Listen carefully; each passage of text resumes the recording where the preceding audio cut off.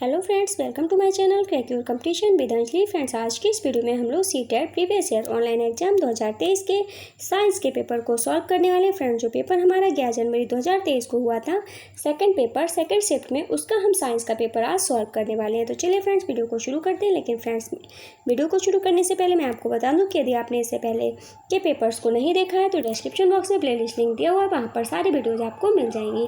साथ ही 2021-2022 के भी पेपर का डिस्क्रिप्शन बॉक्स में प्लेलिस्ट लिंक दिया हुआ है, यदि आप लोग वो भी देखना चाहते हैं तो वो भी वहाँ से देख सकते हैं। तो चलिए फ्रेंड्स, वीडियो को शुरू करते हैं। आज का फर्स्ट क्वेश्चन है, स्तंभ 1 के रोगों को स्तंभ 2 में दिए गए उनके कारक जीवों से सुमेलित कीजिए। स्तंभ 1 में रोग दिए गए हैं और दूसरे में उनके कारक जीव दिए गए हैं। ठीक है, तो इसका हमें मिलान करना है। तो मलेरिया का जो कारक है वो है फ्रेंड्स चौथा वाला प्रोटोजुआ। मलेरिया प्रोटोजुआ से होता है, चौथा हो जाएगा इसका। चेचक का हो जाएगा हमारा दूसरा, विषाणु दूसरे का दूसरा हो जाएगा। और टाइफाइड का हो जाएगा हमारा पहला वाला जीवाणु। और दांत का हो जाएगा कवक। दांत कवक से होता है, मलेरिया प्रोटोजुआ से होता है, चेचक विषाणु से होता है और टाइफाइड जीवाणु से होता है। तो राइट आंसर हो जाएगा ऑप्शन नंबर 2, ए का चौथा, बी का दूसरा, सी का पहला और डी का तीसरा। नेक्स्ट क्वेश्चन है क्वेश्चन नंबर 2, निम्नलिखित में से कौन से कथन सही हैं? एक, मक्खन का पिघलना एक रासायनिक उत्क्रमणीय परिवर्तन है, ये गलत है। चीनी का क्रिस्टल एक भौतिक और अनुत्क्रमणीय परिवर्तन है, ये भी गलत है। सी है, आयोडीन का बाष्पीकरण एक भौतिक परिवर्तन है, सी वाला सही है। तो हमारा आंसर हो जाएगा ऑप्शन नंबर 4, केवल सी। नेक्स्ट क्वेश्चन है क्वेश्चन नंबर 3। क्वेश्चन नंबर 3 है, एक रेलगाड़ी 31 अगस्त को 13:40 पर गुवाहाटी से चलना प्रारंभ करती है और 2 सितंबर 15:20 बजे बेंगलुरु पहुंचती है। गुवाहाटी और बेंगलुरु के बीच की दूरी 2084 किलोमीटर। तब रेलगाड़ी की औसत चाल क्या होगी? फ्रेंड्स, काफ़ी सिंपल क्वेश्चन है, लेकिन मेरे पास वो संसाधन नहीं है जिसकी वजह से मैं आपको मोबाइल से को सॉल्व करवा सकूं, तो उसके लिए आई एम सॉरी। आप लोग इस पेपर क्वेश्चन को सॉल्व कर लीजिएगा। मैं इसका आपको आंसर बता रही हूँ। इसका जो आंसर हो जाएगा वो हो जाएगा ऑप्शन नंबर 1, 42 किलोमीटर प्रति घंटा। ये वाला आपका आंसर इसका सही होगा। नेक्स्ट क्वेश्चन है क्वेश्चन नंबर 4,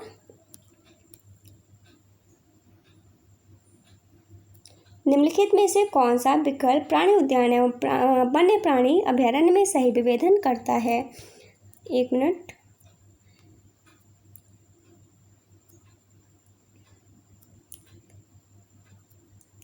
फ्रेंड्स,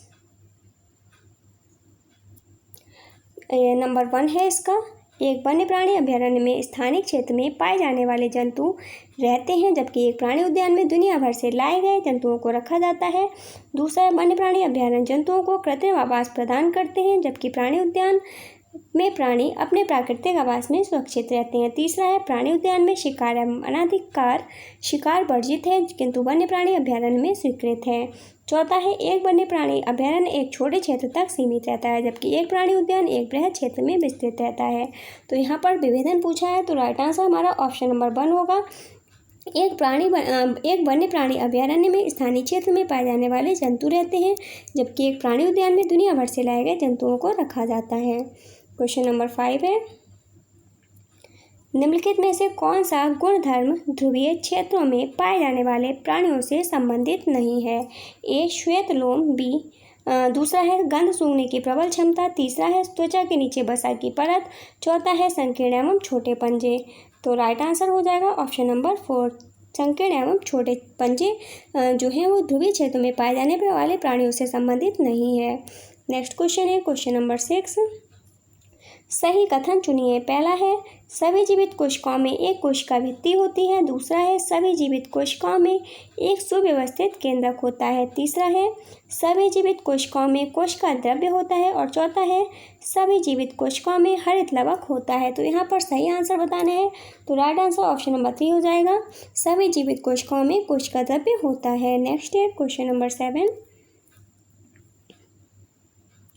निम्नलिखित में से कौन सा थर्मामीटर तापमापी उबलते जल का तापमान मापने के लिए प्रयुक्त होता है? पहला है डॉक्टरी तापमापी, दूसरा है बी प्रयोगशाला तापमापी, सी है अधिकतम न्यूनतम तापमापी। तो यहाँ पर हमारा हो जाएगा फ्रेंड्स ऑप्शन नंबर बी वाला ये सही होगा। तो राइट आंसर हो जाएगा ऑप्शन नंबर 3 केवल बी सही है। नेक्स्ट क्वेश्चन है क्वेश्चन नंबर 8। निम्नलिखित कथनों को सावधानीपूर्वक पढ़िए और सही विकल्प का चयन कीजिए। कथन ए है लवणीय विलयन विद्युत का एक उत्तम चालक होता है, तो ए वाला हमारा सही है। कारण आर है लवण जल में घुलने पर आयनों में विघटित होता है, कारण आर भी सही है। राइट आंसर है हमारा ऑप्शन नंबर 1, ए और आर दोनों सत्य हैं और ए की आर सही व्याख्या है। नेक्स्ट क्वेश्चन है क्वेश्चन नंबर 9। निम्नलिखित में से कौन से सर्वदा आभासी प्रतिबिंब बनाता है? नंबर 1 है उत्तल दर्पण अवतल लेंस समतल दर्पण, 2 समतल दर्पण अवतल दर्पण उत्तल लेंस, 3 अवतल दर्पण उत्तल लेंस अवतल लेंस और चौथा है समतल दर्पण उल्टा दर्पण और अवतल दर्पण। तो सर्वदा आभासी प्रतिबिंब बनाता है फ्रेंड्स समतल दर्पण अवतल दर्पण और उत्तल लेंस। ऑप्शन नंबर 2 इसका सही आंसर है। नेक्स्ट क्वेश्चन है क्वेश्चन नंबर 10। एक पात्र में लिए गए जल में 5 सेंटीमीटर गुणे 10 सेंटीमीटर की एल्यूमिनियम की एक छोटी छड़ डुबोने पर डूब जाती है। निम्नलिखित में से कौन सी क्रियाएं छड़ को तैरने में मदद कर सकती हैं? ए पात्र में और अधिक जल डाला जाए, गलत। बी है छड़ को नाव की आकृति का पुनः आकार दिया जाए, बी वाला सही है। तो राइट आंसर हो जाएगा ऑप्शन नंबर 2 केवल बी। नेक्स्ट क्वेश्चन है क्वेश्चन नंबर 11। स्तंभ 1 में दिए गए मिश्रण को स्तंभ 2 में दी गई प्रयुक्त पृथक्करण विधि से सुमेलित कीजिए। स्तंभ ए में 1 और 2 में हमें मिलान करना है। स्तंभ 1 में ए है चौक पाउडर और जल, तो इसका हो जाएगा हमारा तीसरा छानना। दूसरा है कपूर और नमक, तो दूसरे का हो जाएगा हमारा चौथा कपूर और नमक ऊर्ध्वपातन। तीसरा है चीनी और जल, तो चीनी और जल का हो जाएगा हमारा पहला क्रिस्टलीकरण और चौथा है बसा और क्रीम, तो इसका हो जाएगा दूसरा अपकेंद्रण। तो इसका हो जाएगा पहले का ए का तीसरा, बी का चौथा, सी का पहला और डी का दूसरा। तो राइट आंसर हो जाएगा ऑप्शन नंबर 3। नेक्स्ट क्वेश्चन है क्वेश्चन नंबर 12। निम्नलिखित कथनों को ध्यानपूर्वक पढ़िए और सही विकल्प का चयन कीजिए। कथन ए है गैसें तीव्रता से अन्य गैसों में विस्तृत होती हैं, ये वाला सही है। कारण आर है गैसों में बृहद अंतर आणविक अंतराल होते हैं, कारण आर भी सही है। Right answer option number A हो जाएगा। ए और आर दोनों सत्य हैं और ए आर की सही व्याख्या करता है। नेक्स्ट क्वेश्चन है क्वेश्चन नंबर 13। निम्नलिखित में से सही कथन की पहचान कीजिए। तो इसका राइट आंसर हो जाएगा हमारा ऑप्शन नंबर 2 क्षार फिनोल्फथैलीन के साथ गुलाबी रंग देते हैं, ये वाला कथन हमारा सही है। ऑप्शन नंबर 2 इसका सही आंसर होगा। नेक्स्ट क्वेश्चन है क्वेश्चन नंबर 14। निम्नलिखित वाक्य पढ़िए और शब्दों के उस समुच्चय को पहचानिए जो दिए गए क्रम में रिक्त स्थानों को सही प्रकार पूर्ति करेगा। मानवों में नर हार्मोन या डैश और मादा हार्मोन या 2 और 3 यहाँ पर डैश दिए हुए ग्रंथि द्वारा स्रावित अन्य हार्मोन के नियंत्रण में होता है।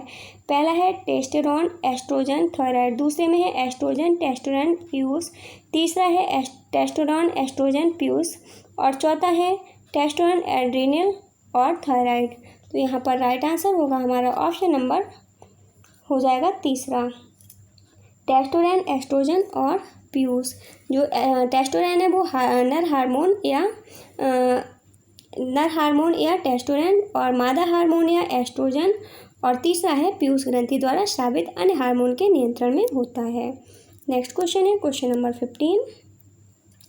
निम्नलिखित में से कौन एक सीधी रेखा आलेख नहीं है? नंबर 1 है किसी समान त्वरित का दूरी समय आलेख, 2 विरामावस्था में किसी वस्तु की दूरी समय आलेख, तीसरा एक अपरिवर्तनीय वेग से गति करती हुई वस्तु का वेग समय आलेख, चौथा है समान त्वरण से गति करती हुई वस्तु का वेग समय आलेख। तो राइट आंसर हो जाएगा ऑप्शन नंबर 1 किसी समान त्वरित की दूरी समय आलेख। नेक्स्ट क्वेश्चन है क्वेश्चन नंबर 16। निम्नलिखित में से कौन सा कथन सत्य नहीं है? नंबर 1 है प्रायः अधातुएं अम्लों से अभिक्रियाएं नहीं करती, दूसरा है अधात्विक ऑक्साइड प्रकृति से क्षारीय होते हैं, तीसरा है प्रायः अधातुएं जल से अभिक्रिया नहीं करती और चौथा है अधातुएं ना तो आधार वर्ध होती हैं और ना ही तन्य। तो इसका राइट आंसर ऑप्शन नंबर 2 हो जाएगा। अधात्विक ऑक्साइड प्रकृति से क्षारीय होते हैं, यह कथन सत्य नहीं है। ऑप्शन नंबर 2 इसका सही आंसर हो जाएगा। नेक्स्ट क्वेश्चन है क्वेश्चन नंबर 17।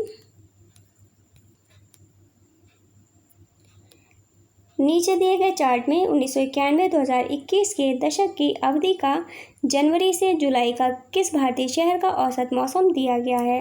ठीक है फ्रेंड्स, यहाँ पर अधिकतम तापमान, न्यूनतम तापमान, आर्द्रता, अवक्षेपण दिया हुआ है। तो यहाँ पे हमें बताना है कि निम्नलिखित में से किस शहर से उपरोक्त चार्ट से संबंधित हो सकता है। जो ये चार्ट है वो किस चार्ट इससे संबंधित है, तो यह जो है फ्रेंड्स यह संबंधित है हमारा 1 मिनट, ये जो चार्ट संबंधित है ये किससे संबंधित है, ये संबंधित है शिमला से। अधिकतम तापमान जनवरी में 11.2 डिग्री, फरवरी में 13 डिग्री, मार्च में 17 डिग्री, अप्रैल में 22 डिग्री, इस तरह से। और न्यूनतम तापमान हो जाता है -1.7 डिग्री, 0 डिग्री, फरवरी में 0 डिग्री पहुंच जाता है, और मार्च में 3.3 डिग्री होता है। आर्द्रता 69%, 67%। ये जो है ये किस शहर के बारे में चार्ट है, तो शिमला के बारे में। ऑप्शन नंबर 2 इसका सही आंसर है। नेक्स्ट है क्वेश्चन नंबर 18। उर्वरकों के संबंध में निम्नलिखित में से कौन सा कथन सही नहीं है। नंबर 1, ये अकार्बनिक लवण है। 2, ये पौधों के पोषकों से अति समृद्ध हैं। 3, ये मृदा को खाद प्रदान करते हैं। 4, ये कारखानों में बनाए जाते हैं। तो राइट आंसर हो जाएगा ऑप्शन नंबर 3, ये मृदा को खाद प्रदान करते हैं। नेक्स्ट, ये वाला कथन सही नहीं है। नेक्स्ट है क्वेश्चन नंबर 19। निम्नलिखित स्तंभ 1 में दिए मानव के पाचन तंत्र के अंगों के नाम स्तंभ 2 में दिए गए उनके प्रकारों से सुमेलित कीजिए। तो हमारा जो ए है मुंह का हो जाएगा हमारा चौथा वाला, स्टार्च का शर्करा में विघटन करते हैं। फिर हमारा बी है आमाशय का हो जाएगा पाचन रस को कार्य करने में सहायता के लिए अम्ल का स्राव करता है। यकृत तीसरे का हो जाएगा हमारा सी वाले का, यकृत का हो जाएगा दूसरा, पित्त का स्राव करते हैं जो वसा के पाचन में सहायक होता है। छोटी आंत का हो जाएगा हमारा पहला वाला, छोटी आंत में क्या होता है, अवशोषण के क्षेत्र में वृद्धि के लिए दीर्घरोम होते हैं। और बृहत आंत या बड़ी आंत का हो जाएगा तीसरा, अपचित भोजन से जल और कुछ लवण अवशोषित करते हैं। तो इस तरह से हमारा राइट आंसर ऑप्शन नंबर 2 हो जाएगा। ए का चौथा, बी का हो जाएगा पांचवा, सी का दूसरा, डी का हो जाएगा पहला और ई का हो जाएगा तीसरा। ऑप्शन नंबर 2 इसका सही आंसर है। नेक्स्ट है क्वेश्चन नंबर 20। निम्नलिखित कथनों को ध्यानपूर्वक पढ़िए और सही विकल्प का चयन कीजिए। कथन ए है सूती कपड़ों से संश्लेषित कपड़े जल्दी सूखते हैं। ए वाला कथन हमारा सही है। कारण आर है संश्लेषित कपड़ों से में बड़े छिद्र होते हैं। कारण आर गलत है, तो हमारा आंसर हो जाएगा ऑप्शन नंबर 3, ए सत्य है किंतु आर असत्य है। नेक्स्ट क्वेश्चन है क्वेश्चन नंबर 21।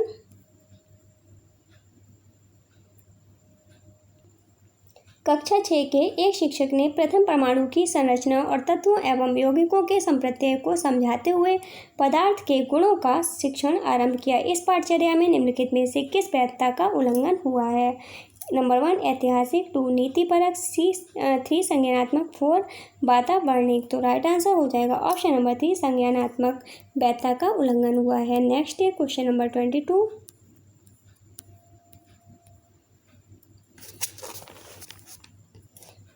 में कहा है स्तंभ ए में दिए गए प्रक्रिया कौशलों को स्तंभ बी में दिए गए उनके सदृश सूचकों से सुमेलित कीजिए। नंबर ए है अवलोकन करना, तो अवलोकन करने का हो जाएगा हमारा चौथा वाला विभिन्न वस्तुओं के बीच समानताओं को पहचानना। बी है परिकल्पना करना, तो बी का हो जाएगा अवलोकनों को कुछ नियमों या संप्रत्ययों में समझाने का प्रयास। सी का है अनुमान करना, तो सी का हो जाएगा हमारा पाँचवा वाला, अनुमान करने का हो जाएगा पाँचवा प्रतिमानों का उपयोग कर अज्ञात स्थितियों तक बहिर्वेश करना। डी का हो जाएगा हमारा दूसरा परिणामों को आलेखों, सारणियों इत्यादि द्वारा दर्शाना। और अभिकल्पना करने का हो जाएगा तीसरा कार्यपरक निर्देश बनाना। तो हमारा आंसर हो जाएगा ए का चौथा, बी का पहला, सी का पाँचवा, डी का दूसरा और ई का तीसरा। तो राइट आंसर ऑप्शन नंबर 2 हो जाएगा। नेक्स्ट क्वेश्चन है क्वेश्चन नंबर 23। पौधों में प्रकाश संश्लेषण की प्रक्रिया की वांछित स्थितियों को अपने विद्यार्थियों को शिक्षण करते हुए कक्षा 8 के एक शिक्षिका ने प्रकाश संश्लेषण के प्रक्रम को परिभाषित करना आरंभ किया और तत्पश्चात प्रकाश संश्लेषण के वांछित विभिन्न कारकों जैसे सूर्य का प्रकाश, जल और वायु को सूचीबद्ध किया। तब उन्होंने अपने विद्यार्थियों को एक समूह परियोजना में व्यस्त किया जिसमें उन्होंने आगामी कुछ दिनों में प्रत्येक कारक का महत्व स्वयं जांच आधारित शिक्षा शास्त्र के दृष्टिकोण से आप इस योजना का किस प्रकार आकलन करेंगे। नंबर 1 है, योजना उपयुक्त है क्योंकि संप्रत्यमय रूपरेखा का आधार प्रारंभ से ही बना दिया गया था। दूसरा है, योजना अनुपयुक्त है क्योंकि शिक्षिका को प्रकाश संश्लेषण की रासायनिक अभिक्रिया को प्रारंभ में ही समझा देना चाहिए था। तीसरा है, योजना उपयुक्त है किंतु इसे वैयक्तिक क्रियाकलाप के रूप में किया जाना चाहिए था, न कि समूह परियोजना के रूप में। और चौथा है, योजना अनुपयुक्त है क्योंकि यह आदेशात्मक है और इसमें खोज का कोई अवसर नहीं है। तो राइट आंसर हो जाएगा ऑप्शन नंबर 4। योजना अनुपयुक्त है क्योंकि यह आदेशात्मक है और इसमें कोई खोज का अवसर नहीं है। नेक्स्ट है क्वेश्चन नंबर 24। एक शिक्षिका चाहती थी कि उनके विद्यार्थी एक सरल दोलक के आवर्तकाल पर लंबाई के प्रभाव की जांच करें।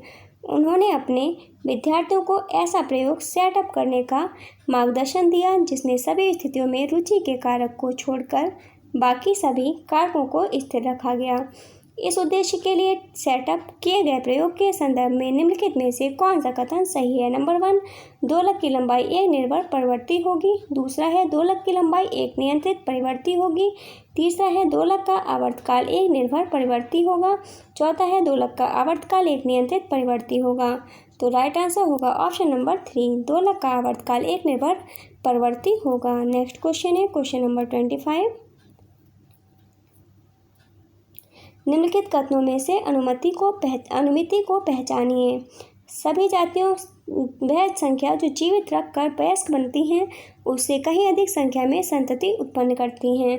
दूसरा है, किसी जाति की जितनी संतति पर्यावरण पोषित ना कर सके उससे अधिक संतति का उत्पन्न होना उनके अस्तित्व के लिए उनमें संघर्ष पैदा करता है। तीसरा है, किसी समष्टि के सदस्य अपने गुणधर्मों में व्यापक रूप से विविध होते हैं। चौथा है, समष्टियाँ मौसमी उतार चढ़ाव के अलावा साइज में स्थायी रहने की प्रकृति रखती हैं। तो राइट आंसर हो जाएगा इसका ऑप्शन नंबर 2, किसी जाति की जितनी संतति पर्यावरण पोषित न कर सके उससे अधिक संतति का उत्पन्न होना उनके अस्तित्व के लिए उनमें संघर्ष पैदा करता है। क्वेश्चन नंबर है 26। विज्ञान की किस कक्षा में समूह क्रियाकलाप आयोजित करने का निम्नलिखित में से क्या एक उद्देश्य नहीं है। नंबर 1, एक समान लक्ष्य की प्राप्ति के लिए विद्यार्थियों को एक दूसरे के साथ कार्य करने के लिए प्रोत्साहित करना। दूसरा है, विद्यार्थियों को एक दूसरे से प्रतिस्पर्धा के लिए प्रोत्साहित करना। तीसरा है, विद्यार्थियों को एक दूसरे से सीखने के लिए प्रोत्साहित करना। और चौथा है, विद्यार्थियों में एक सामूहिक उत्तरदायित्व की भावना का समावेश करना। तो यहाँ पर क्या एक उद्देश्य नहीं है। तो राइट आंसर हो जाएगा हमारा ऑप्शन नंबर 2, विद्यार्थियों को एक दूसरे से प्रतिस्पर्धा के लिए प्रोत्साहित करना। Question number 27।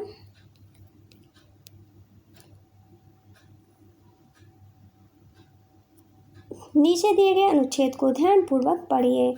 जब चार्ल्स रॉबर्ट डार्विन 1809-1882 22 वर्ष के थे तब वे एक समुद्री यात्रा पर निकले। यात्रा के दौरान किए गए उनके अध्ययनों ने पृथ्वी पर जीवन की विविधता के संबंध में एक गहरी समझ प्रदान की।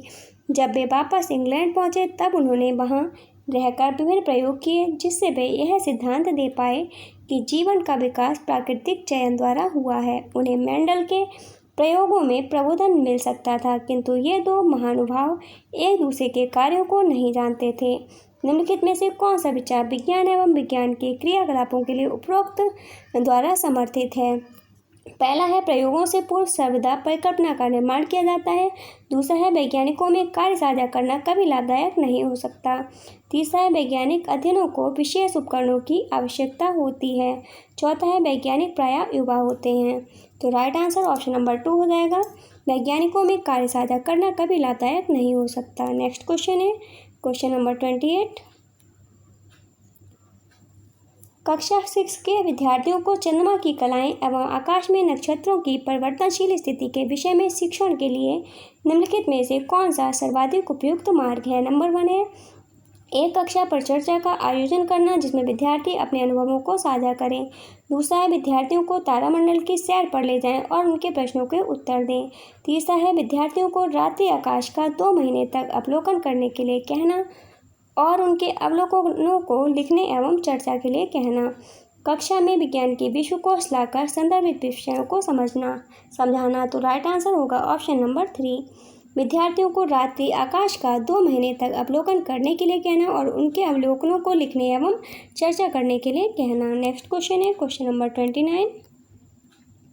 विज्ञान में विद्यार्थियों की रुचि का आकलन करने हेतु निम्नलिखित में से क्या एक उपयुक्त सूचक है। नंबर 1, उपयुक्त उपकरणों, यंत्रों एवं युक्तियों द्वारा भौतिक मात्राओं को मापना। दूसरा है समकालीन अनुसंधान विचारधारा के विषय में बोध प्रदर्शित करना। तीसरा है सूत्रों, समीकरणों एवं नियमों को व्युत्पन्न करना।